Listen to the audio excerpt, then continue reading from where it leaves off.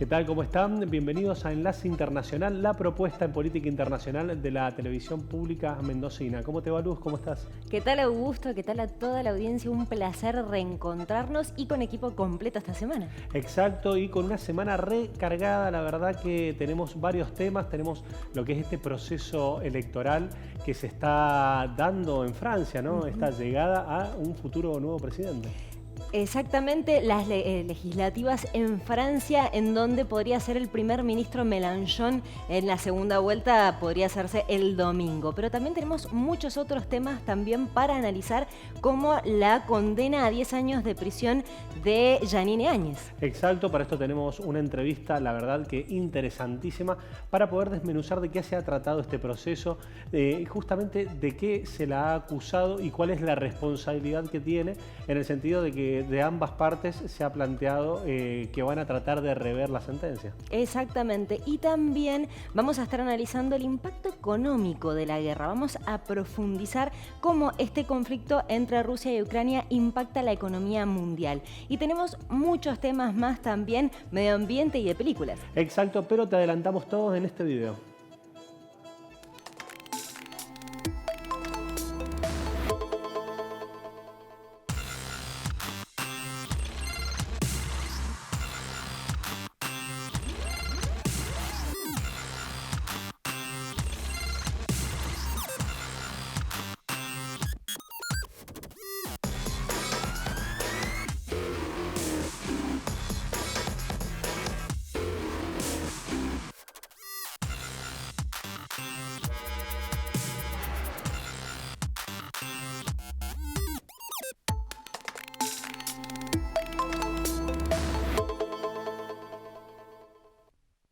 Ahora, para analizar las repercusiones económicas en lo que es el conflicto entre Rusia y Ucrania, tenemos una entrevista. Exactamente, ya tenemos en comunicación vía Zoom a un amigo de la casa, a José Vargas, director de la consultora Evaluecon. ¿Cómo estás, José? Un placer tenerte.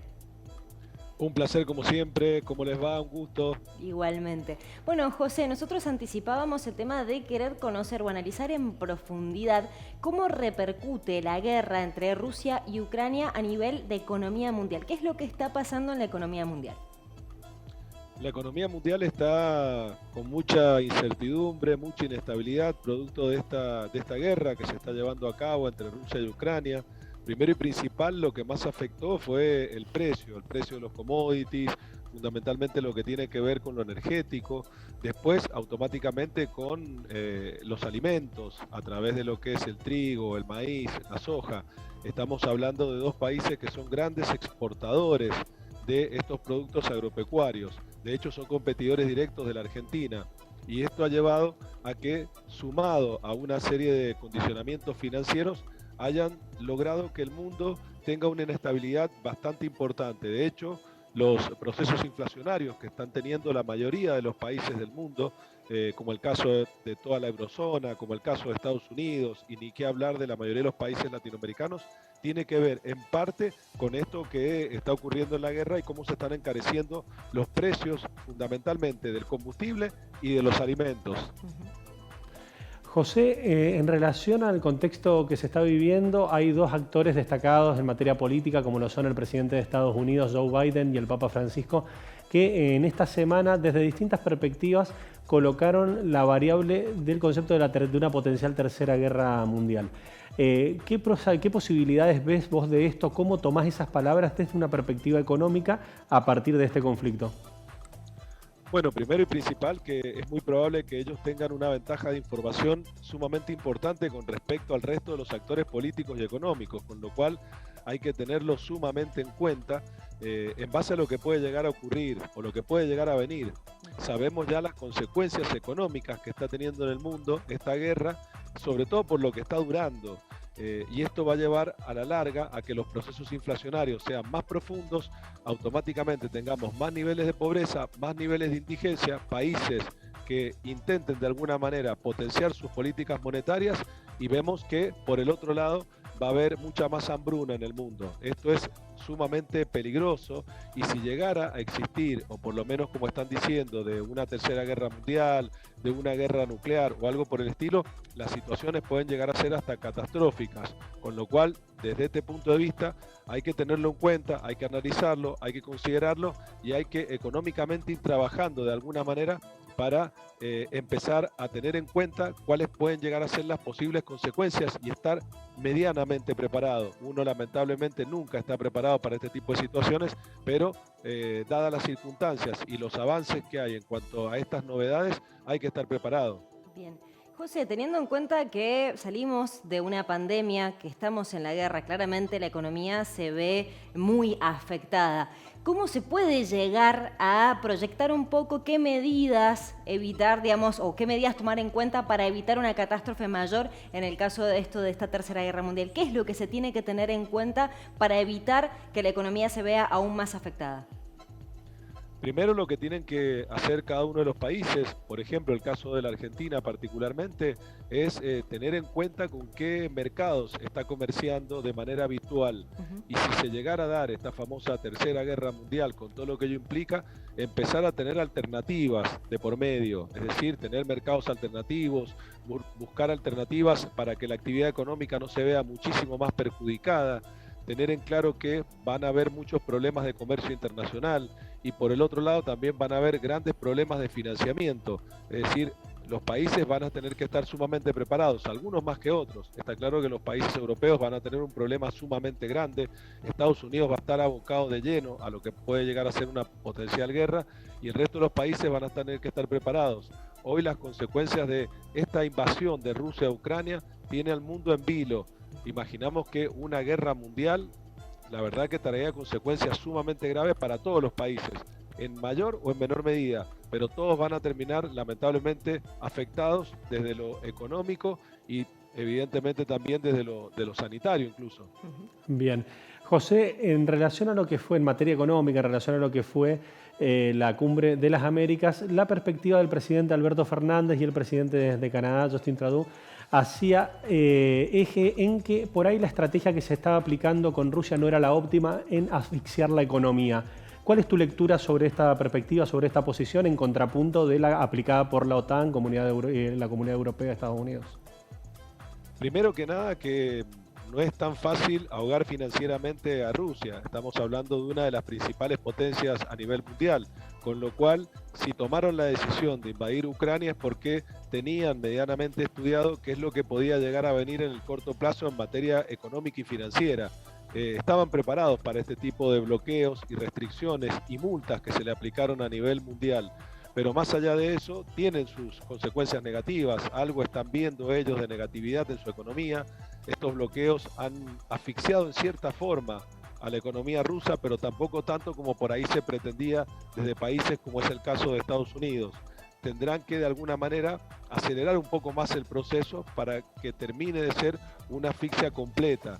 Vemos que Rusia de alguna manera o de otra busca escaparle a estos bloqueos, como es el caso de exigirle a los países a los que le exporta gas que se les pague en su moneda y no a través de dólares, con lo cual también traslada un problema al resto del mundo. Las asfixias sabemos que comprometen a un país, pero cuando este país las puede trasladar al resto del mundo, el problema termina siendo bastante más generalizado.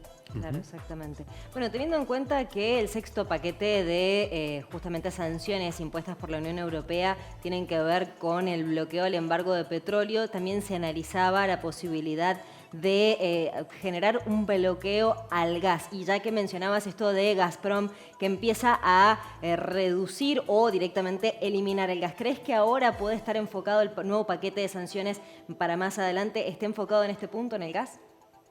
Seguramente va a estar enfocado ahí porque es donde le puede hacer hoy, yo diría, más daño desde el punto de vista comercial a Rusia.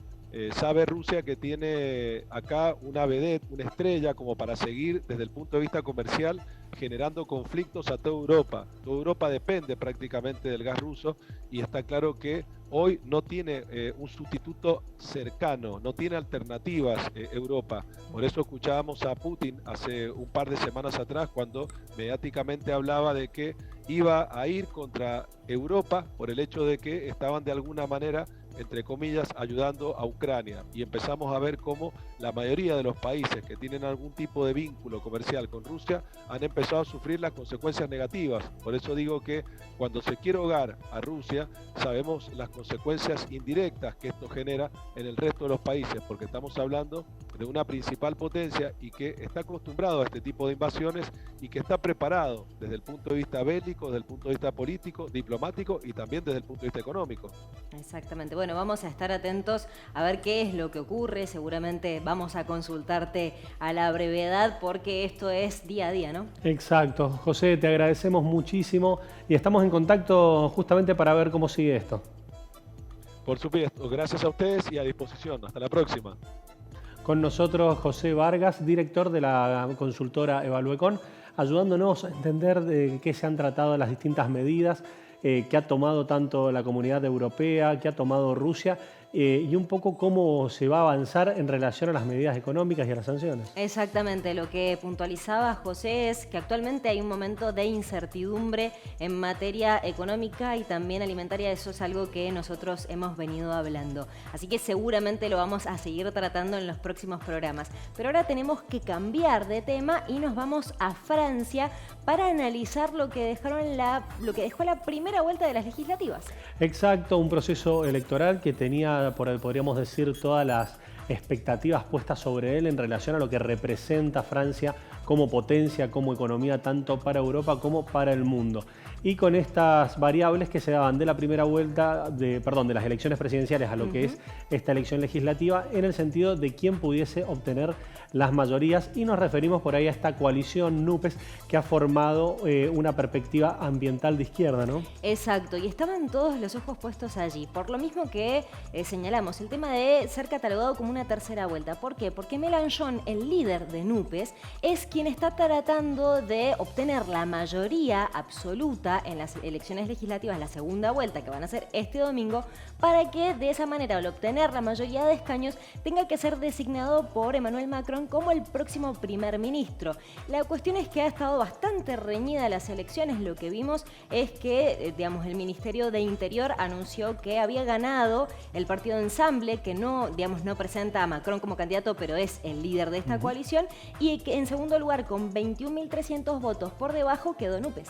Exacto, estamos viendo un contexto en el cual por ahí se están terminando podríamos decir, de pelear los votos que representa Marine Le Pen, que representa la derecha, que han sabido ser captados en gran cantidad por el sector político conformado por Mélenchon, pero que también ha tenido alguna forma de, podríamos decir, de apoyo de estos electores por parte del sector de Macron. Exactamente. Bueno, en lo que fue la primera vuelta, el partido de Marine Le Pen, Reagrupación Nacional, obtuvo un 18.68% de la votación. O sea, que quedó en un tercer lugar y se habla de que tuvo un crecimiento de 7 puntos con respecto a las últimas elecciones legislativas de 2017. Pero no tendría una gran cantidad de escaños, sí podría ser que supere lo de la cantidad de escaños que obtuvo su padre en 1986, es decir, más de 35. Pero por eso también están tratando, y lo que vos señalabas, Augusto, es tan importante, tanto desde Mélenchon o de Macron, Ensemble o NUPES, están tratando de convencer a esos sectores y también motivarlos a que vayan el domingo a votar. Exacto, como lo planteas con mucha claridad, en el sentido de que, de hecho, NUPES se encuentra con el desafío de tratar de imponerse en esta elección, porque es una coalición que, de no conseguir los objetivos, muy difícilmente se pueda sostener en esta propuesta que trata de empujar a una cohabitación de gestores, lo cual sería bastante complejo, bastante difícil. Hay variables que se podrían dar para tratar de evitar esto, pero podrían llevar a otras. Por ejemplo, la realidad de que Macron no quiera designar a Mélenchon, dado el caso, pero podría tener la contrarrespuesta de que se genere una suerte de vacancia a la la presidencia del propio Macron. Sí, y también está la posibilidad de que él cierre el Congreso y convoque unas nuevas elecciones. Son diferentes escenarios que se pueden dar, también depende de qué es lo que pase este domingo. Sí o sí, Macron necesita, de los 577 escaños que se eligen, necesita 289 para conservar... La mitad más uno. Claro, exactamente, la mayoría absoluta, lo que le permitiría tener libertad para poder llevar a cabo sus políticas, principalmente por ahí las reformas más controvertidas, como por ejemplo la reforma previsional.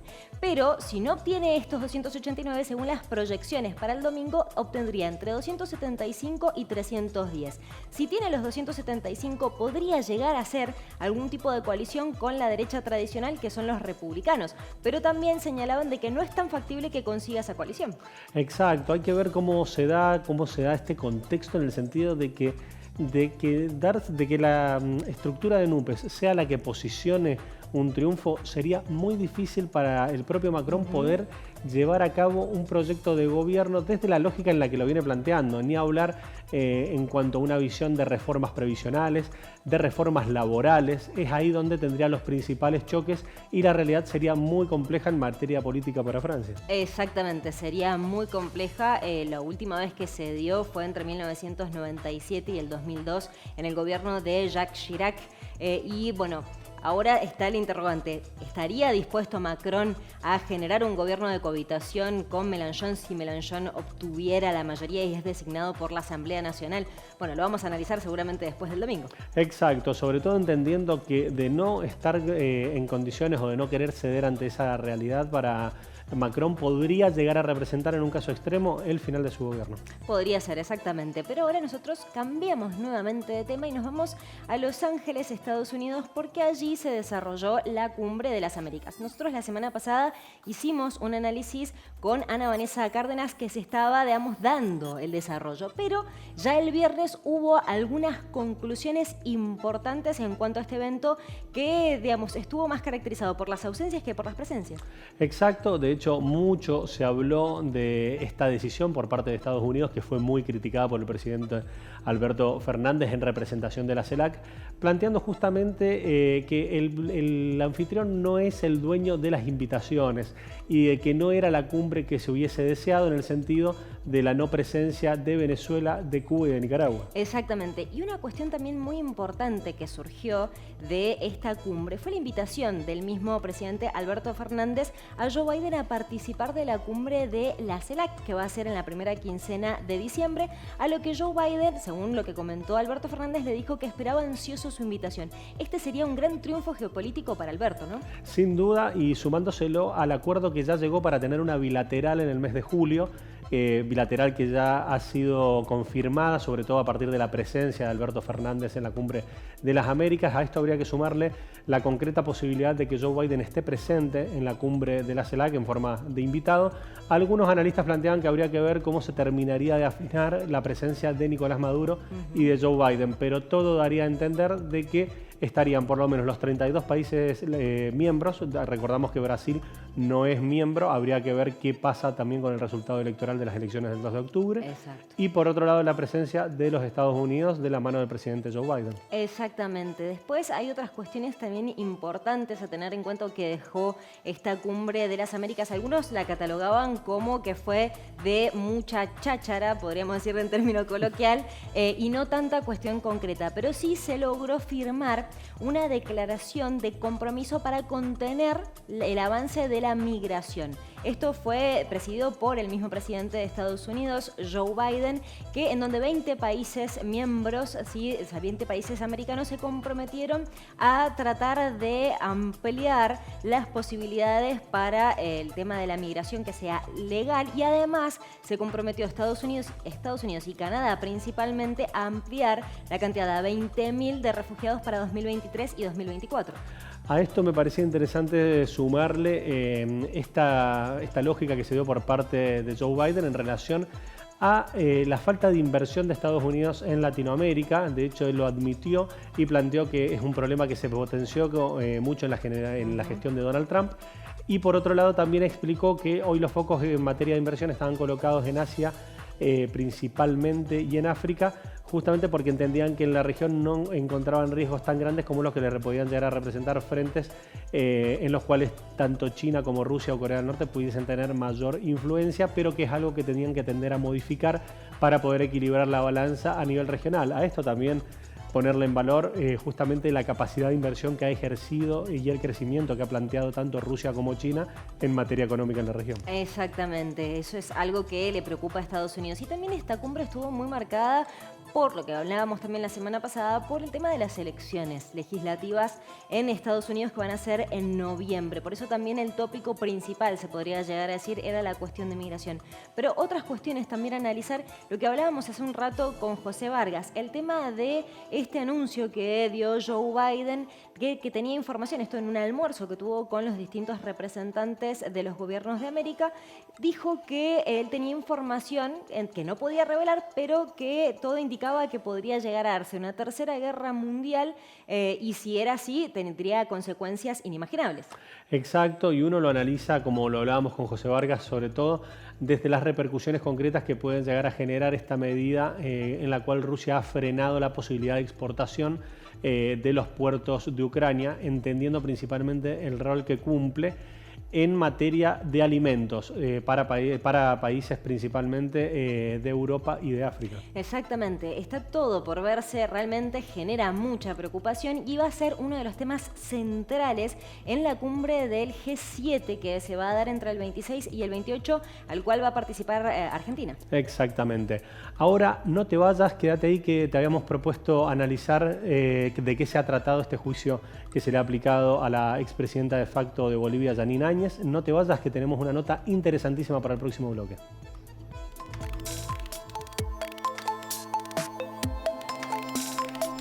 ¿Querés internet? Entonces querés Aero. Internet que vuela en todo Mendoza. Llámanos al 0810-333-0446. Ingresá a www.aero.com.ar. Aero. Internet que vuela.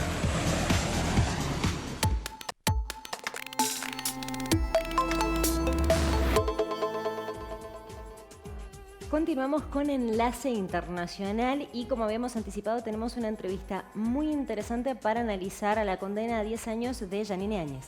Exacto, para esto estamos en contacto vía Zoom con el embajador argentino en Bolivia, te hablo de Ariel Basteiro, quien muy gentilmente nos va a dar la posibilidad de poder dialogar con él para ver de qué se ha tratado este proceso y de cuál es la actualidad hoy por hoy en el hermano país de Bolivia. Buenas tardes, Ariel, ¿cómo estás? ¿Qué tal? Buenas tardes a todos ustedes. Un gusto estar en contacto. Muchas gracias. Muchas gracias, muy amable.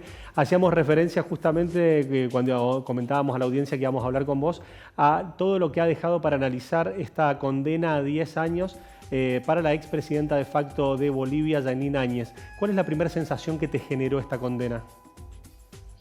De tranquilidad, de alegría, de satisfacción por cómo el pueblo boliviano, el gobierno boliviano, la justicia boliviana llevó adelante todo el proceso. Pese que ahora se levantan algunas voces que obviamente tienen intereses concretos y específicos en que haya impunidad, digamos, ¿no? Pero quejándose de cómo fue el proceso. Recordemos que tanto Naciones Unidas como organismos internacionales avalaron el inicio de este juicio, el motivo del porqué de este juicio y después muchas veces aparecen algunas referencias o algunos técnicos que dicen cuestiones que están más ligados a las formas que al contenido o al dato de la realidad, y obviamente la oposición boliviana, que está muy involucrada en el golpe y que son los próximos a tener que sentarse en el banquillo de acusados, más vale que despotrican y objetan lo que se llevó adelante en los últimos 6 meses, 7 meses ya, que se inició el juicio. Jeanine Áñez está en prisión, está presa preventivamente desde hace 10 o 11 meses, todavía no hace un año, y el inicio del juicio se empezó pocas semanas después de su detención que se generó porque se estaba profugando la pudieron capturar en su casa, escondida y con un helicóptero muy cerca esperándola para irse. Por ese motivo se llevó adelante una prisión preventiva por temor a que se profugue y después de 9 meses del proceso, el último viernes, bastante tarde, ya como a las 10 de la noche, el tribunal dio el veredicto aplicándole 10 años de prisión por lo que se conoce aquí como golpe de Estado 2, que son los hechos ocurridos en La Paz, en Bolivia, la noche del 11, 12, 13 y 14 de noviembre del 2019. Es la responsabilidad que le cabe a Jeanine Áñez por haber violado la Constitución, haber violado el reglamento de la Cámara de Senadores de Bolivia, de haberse autoproclamado presidenta en una asamblea legislativa que debería haber contado con 160, 170 miembros y tan solo había 14 presentes en el momento que ella utilizó esa puesta en escena para tratar de legalizar lo que a todas luces, después de una investigación muy ardua y muy profunda, la justicia boliviana dijo que era una violación a la Constitución,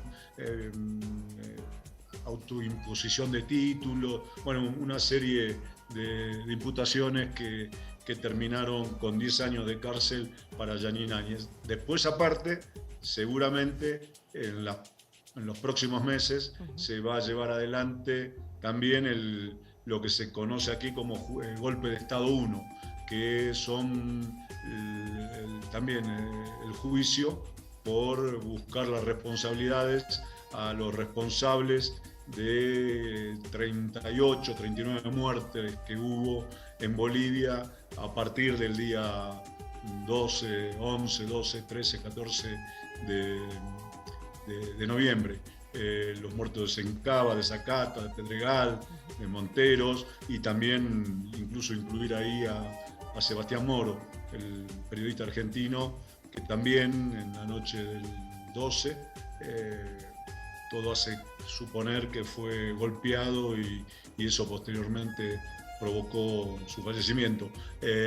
Así que recién después de ya en el día de ayer se leyó el veredicto de los 10 años, de los motivos por los cuales Jeanine Áñez fue responsable de lo que fue el golpe de Estado, específicamente la violación a la Constitución y llevar adelante el golpe de Estado. Y ahora se inicia el tema de la represión, toda vez que Jeanine Áñez firmó el día 14 de noviembre del 2019 un decreto autorizando al ejército y a la policía a reprimir las manifestaciones que se estaban dando en todo el país del pueblo que salía a reclamar por democracia y a defender el gobierno de Evo. Así que esto es otro capítulo que vamos a empezar a circular a partir de ahora, y a todo esto se suma el golpe de Estado 3, donde también Jeanine Áñez pueda llegar a tener responsabilidades, si bien ahí los imputados son otros, es el general Terceros Lara, el comandante de la policía, Yuri Calderón, gente de Cancillería, el ex embajador de Mauricio Macri aquí en Bolivia, que es el golpe de Estado 3, que es el contrabando de municiones que llegaron desde Argentina la noche del 13, la madrugada del 14 de noviembre, también aquí a la ciudad de La Paz. Bien, embajador, justamente ya que menciona ese tema, también hace una semana atrás, un poco más de una semana atrás, se hallaron nuevas municiones, 40.000 municiones más, ¿no? Sí, la justicia argentina solicitó, el juez Cataña solicitó a la Fiscalía de aquí de la ciudad de La Paz. En Bolivia el sistema es acusatorio, es decir que los fiscales son los que investigan y los que llevan adelante el proceso. El juez Cataña le reclamó a la Fiscalía de La Paz información, el expediente que obraba en su poder, donde había pruebas y información y datos que la justicia argentina no tenía. Ese expediente se envió desde aquí, desde la justicia boliviana a la justicia argentina, llegó hace unos 15 días aproximadamente. En ellos hay información muy valiosa, muy curiosa también en algunos casos, pero también por otro lado la confirmación de lo que para Argentina es una prueba más de la existencia del contrabando, de que existió contrabando de municiones y que se hizo de manera totalmente irregular, el hecho de encontrar, dar con 40.000 municiones que estaban en poder de la Fuerza Aérea. Recordemos que en noviembre del año pasado, en un depósito de la policía boliviana se encontraron 26.900 municiones de estas 70.000 que llegaron desde Argentina. Y era una prueba de delito muy importante porque era por lo menos parte de las municiones que habían llegado aquí, con sus números de registro, envueltas en los paquetes que suele hacer fabricaciones militares, con el número de partida que determinaban que esas municiones tendrían que estar o estaban en poder de la Gendarmería, y como después la investigación demostró, el día 13 a la mañana se retiraron de los depósitos de Gendarmería de Argentina para llevarla al Palomar, para subirla a un avión y para traerla posteriormente aquí a Bolivia. Pero faltaban 40.000. Toda esta situación se empezó a conocer a partir de una carta que encontramos en la embajada del general Terceros Lara, agradeciéndole al ex embajador de Macri por la donación o la entrega de 40.000 municiones. Esas 40.000 municiones no se sabía dónde estaban. La información que manda la justicia boliviana da certezas de que se encuentran en diferentes academias, diferentes cuarteles de la Fuerza Aérea dispersa por todo Bolivia. Así, y están los números específicos de las cantidades que están en cada uno de estos cuarteles, de estas academias, y ese número coincide con el número de 40.000, lo cual es un dato importante porque en cualquier juicio penal la prueba del delito siempre es la confirmación de las pruebas y de las acusaciones. Y esto es la prueba del delito. Se encontró la prueba del delito de lo que fue el contrabando que Mauricio Macri mandó a Bolivia en noviembre del 19 para ayudar a la dictadura de Áñez, para que la dictadura de Áñez reprimiera al pueblo boliviano que se movilizaba en defensa de su democracia y en defensa de su proceso de cambio. Y esto, más sumado a un montón de otra información que ya obra en el expediente argentino, en la causa argentina, creo yo que en poco tiempo debería tenerse novedades al respecto, toda vez que, hablando con especialistas y abogados penalistas, coinciden que pocas veces en la historia hubo una causa en Argentina con tantos testigos, con tanta documentación de prueba, y ahora con la prueba del delito también aquí en Bolivia, con declaraciones de oficiales y suboficiales de la Fuerza Aérea Boliviana que dan cuenta de cómo el agregado militar de Macri aquí en Bolivia en esos días le entregó ese cargamento diciéndole que esto llegaba sin papeles, que llegaba sin ningún tipo de documentación, que se la llevaran como estaba y que por ese motivo la Fuerza Aérea y la Policía Boliviana, para registrar el ingreso a sus depósitos, tuvo que hacer ese trabajo de verificar cuántos y los números de partida y las características de cada una de los gases lacrimógenos que también llegaron con las municiones. Todo esto sumado a las declaraciones de los gendarmes argentinos que habían viajado en ese mismo avión donde llegó la carga, hace que si en poco tiempo realmente Mauricio Macri, Patricia Bullrich, Aguad, Faurí, el canciller Faurí, Pompeo, el secretario de Estado, Marcos Peñas, el jefe de gabinete de Macri, los comandantes de Gendarmería, el responsable de la aduana, el responsable del organismo que controla explosivos y armamentos en Argentina no terminan procesados, es porque, bueno, ya se ha perdido la brújula de lo que tiene y cómo tiene que actuar la justicia para dar con los responsables. Ariel, en el contexto de lo que estás planteando, algo que nos llamó la atención en su momento, es justamente la discrecionalidad que se interpretó por parte del gobierno de Mauricio Macri a la hora de colaborar, entre comillas, con el gobierno de facto de Jeanine Áñez y después en el estallido social de Chile, en el gobierno de Sebastián Piñera, esa discrecionalidad para haber mandado un arsenal tan grande a Bolivia y a Chile haber mandado únicamente gendarmes, si no me equivoco. Sí, fue así.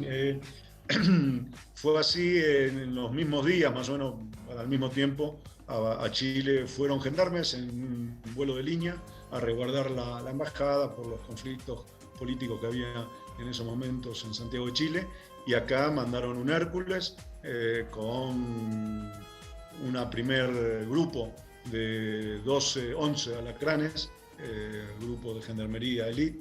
Posteriormente ese grupo se fue renovando durante 2 veces más en los meses posteriores, con un arsenal de armamento. Ese armamento entró legalmente en manos de los gendarmes y salió posteriormente legalmente también en manos de los gendarmes, pero con esa llegada de gendarmes vinieron en el avión, son 6 o 8 cajas de grandes dimensiones que los gendarmes incluso atestiguan que no sabían quién las había subido, que no eran de ellos, que por el peso y por las condiciones y las cajas con sus referencias se mostraban o podía suponerse que eran municiones, pero que ellos estuvieron fuera de la distribución, de la entrega, del contrabando en sí.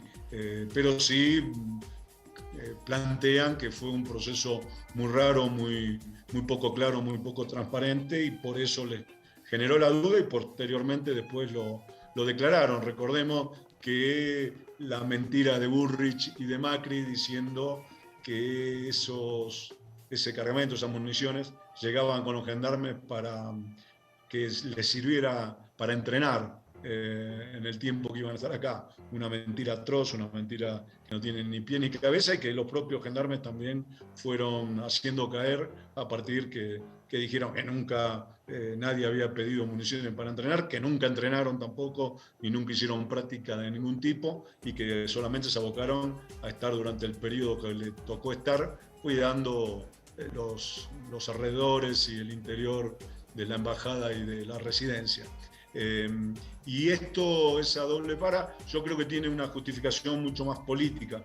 El gobierno de Evo Morales era el único gobierno que por aquel tiempo quedaba en pie de lo que había sido el proceso que se había iniciado con Chávez en el 2009,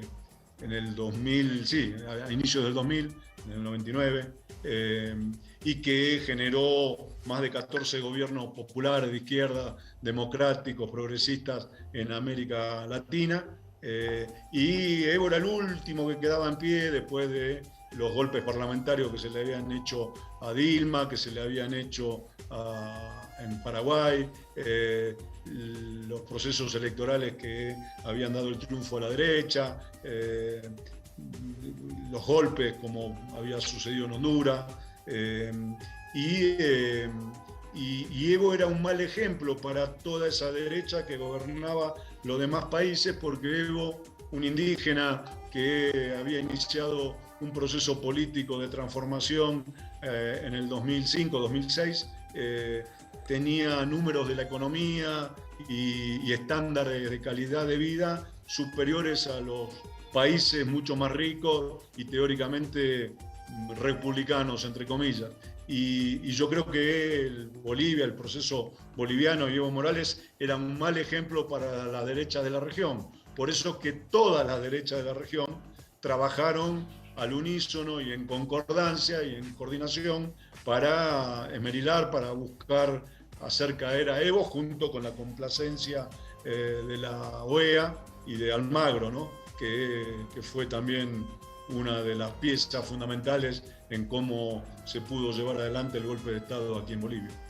Ariel, te agradecemos muchísimo este tiempo, te agradecemos mucho que desde tu rol de embajador argentino en Bolivia te tomes este ratito para explicarnos un poco de qué se ha tratado este contexto del proceso judicial que se ha llevado a cabo con Jeanine Áñez y el contexto en el que se llevó a cabo también. No hay por qué, hasta la vuelta y gracias. Muchísimas gracias. Estábamos en contacto vía Zoom con el embajador argentino en La Paz, Ariel Basteiro, bueno, que se tomó este ratito para ayudarnos a interpretar de qué se ha tratado este proceso que ha colocado tras las rejas, en principio por 10 años, a Jeanine Áñez. Sí, que ya la Fiscalía dijo que va a apelar esta decisión porque apuntan a que tenga la condena a 15 años de prisión por incumplimiento de deberes y por tomar resoluciones contrarias a la Constitución. Y como bien señalaba el embajador argentino en Bolivia, el tema de que siguen ahora adelante, porque esto marca un precedente, siguen adelante ahora otras investigaciones en contra de Jeanine Áñez. Vamos a estar atentos a eso y vamos a seguir generando contenidos para que vos y nosotros lo podamos entender. Ahora no te vayas, quédate ahí que queda muchísimo más de Enlace Internacional.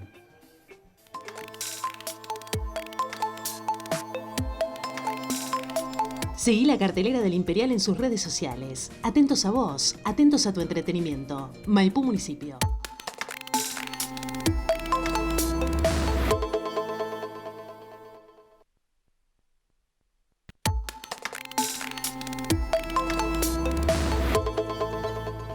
Continuamos con Enlace Internacional y ahora tenemos este microsegmento de ambiente para el cual estamos en contacto con una amiga. Exactamente, tenemos en comunicación a María Teresa Cañas, conocida como Guni. Ella es docente y miembro de la Asamblea del Agua. ¿Cómo estás, Guni? Un placer tenerte nuevamente aquí en Enlace Internacional. Un gusto muy grande, Luz, Augusto, querida audiencia del canal Acequia. La verdad que un honor que me sigan haciendo participar de este hermoso programa de Acequia TV. Gracias. Tantos temas tengo acá tan interesantes. Y uno de los temas interesantes, y por eso también te convocamos a vos, es el tema de hablar de un recurso que quizás no le damos la importancia que debería tener, que es el agua. ¿Qué tan importante es el agua y cómo está actualmente la situación del agua en el mundo? Bueno, primero debo decir que están hablando con una profesora de biología. ¿Qué va a decir una profesora de biología? Venimos del agua y los seres vivos no vivimos sin agua, razón por la cual hablar del agua es hablar de la vida. Y ha sido lo que ha posibilitado que podamos haber evolucionado hasta esto que somos hoy, seres humanos, que hemos aprendido a manejar el recurso, pero también a desgastarlo y también a contaminarlo, que es bueno, justamente todas estas cosas hay que tenerlas en cuenta porque siempre miramos una mirada muy antropocéntrica de pensar que es un recurso, que es un derecho, y primero es el hábitat de la vida, el agua, no hay vida sin agua. Por otro lado, contarles las contradicciones. Hemos llegado a que en diciembre del 2020 llegar a cotizar en bolsa. ¿Qué significa? Que el agua puede ser considerado como un bien que depende de su escasez o su abundancia, puede llegar a subir o bajar en la bolsa de valores, lo cual demuestra que esto que es esencial para la vida es capaz de ser mercantilizado. Y eso nos pone muy, digamos, en el punto de como civilización lo que hemos llegado a admitir, que el agua para algunos esté y para otros no esté. Bueno, contarles que, por ejemplo, algunos datos de la Organización Mundial de la Salud, que habla de que justamente en el año 2017 había 785 millones de personas sin servicio básico al agua, o sea, sin acceso básico al agua. Otro dato es 435 millones de personas que sacan su agua de lugares o de pozos desprotegidos, o sea, directamente que no sabemos cuál es su calidad del agua. Por otro lado, también poner en valor que muchas personas, alrededor de 800.000 personas, mueren porque el agua que toman o está contaminada o les provocan diarrea y toda serie de problemas en la salud que digamos que son palpables y son cuantificables. Por supuesto, contar que el agua es fuente de conflictos conflictos ya sea directos, luchar por el agua, o conflictos indirectos. Los conflictos directos fueron, hay mucho escrito, digamos que siempre se hace referencia a la guerra del agua geopolíticamente. Hay libros escritos sobre eso con ese exacto nombre, como los libros de Elsa Brusone, una historiadora argentina, o como nuestra Vandana Shiva, conocida ambientalista. Ella es doctora en física y es una militante hindú que ha escrito también libros sobre la guerra del agua. Y muy cercano a nosotros, la guerra del agua tuvo que ver con los levantamientos muy grandes que hubo en Cochabamba, en Bolivia, justamente por la privatización del agua en Cochabamba entre enero y abril del 2001.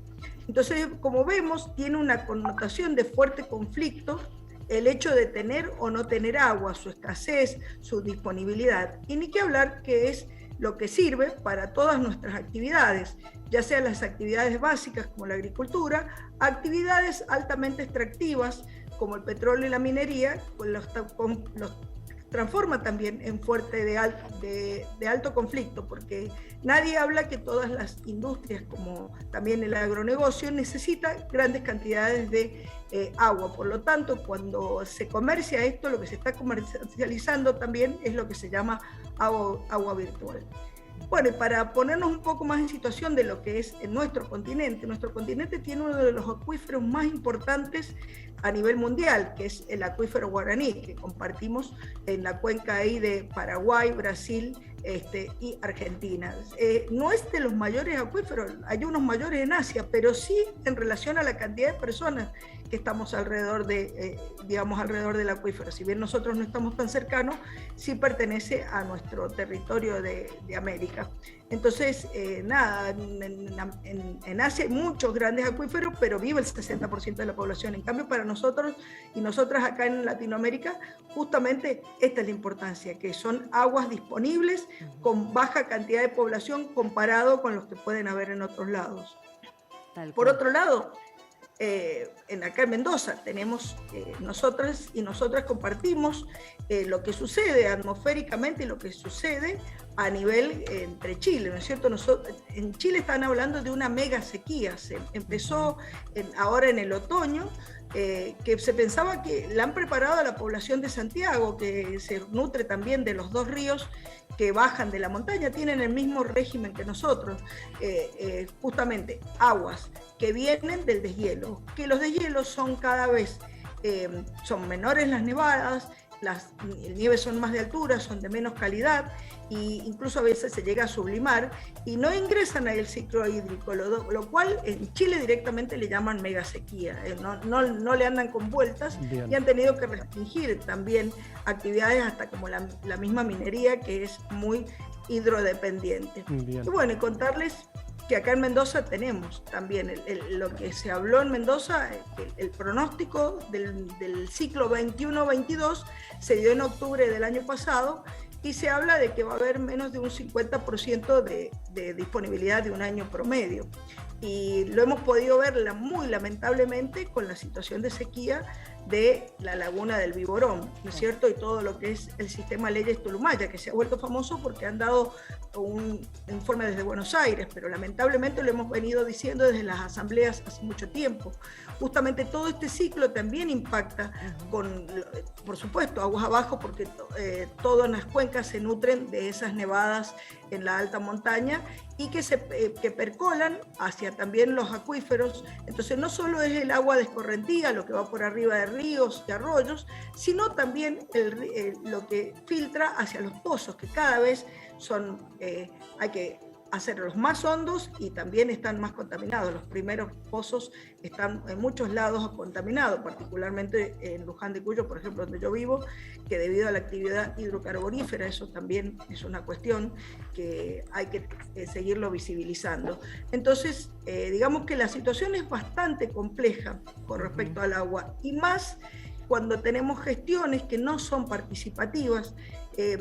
justamente poner el agua Sí. en cuestión también es ponerlo como un derecho humano. La ONU lo ha declarado derecho humano. Guni, y eso lo podemos también charlar seguramente la semana que viene en cuanto a lo que es más temas, porque la verdad que deja muchos vértices, muchas cuestiones, muchas variables para analizar. Si te parece, ya quedamos para la semana que viene y seguimos analizando. Perfecto.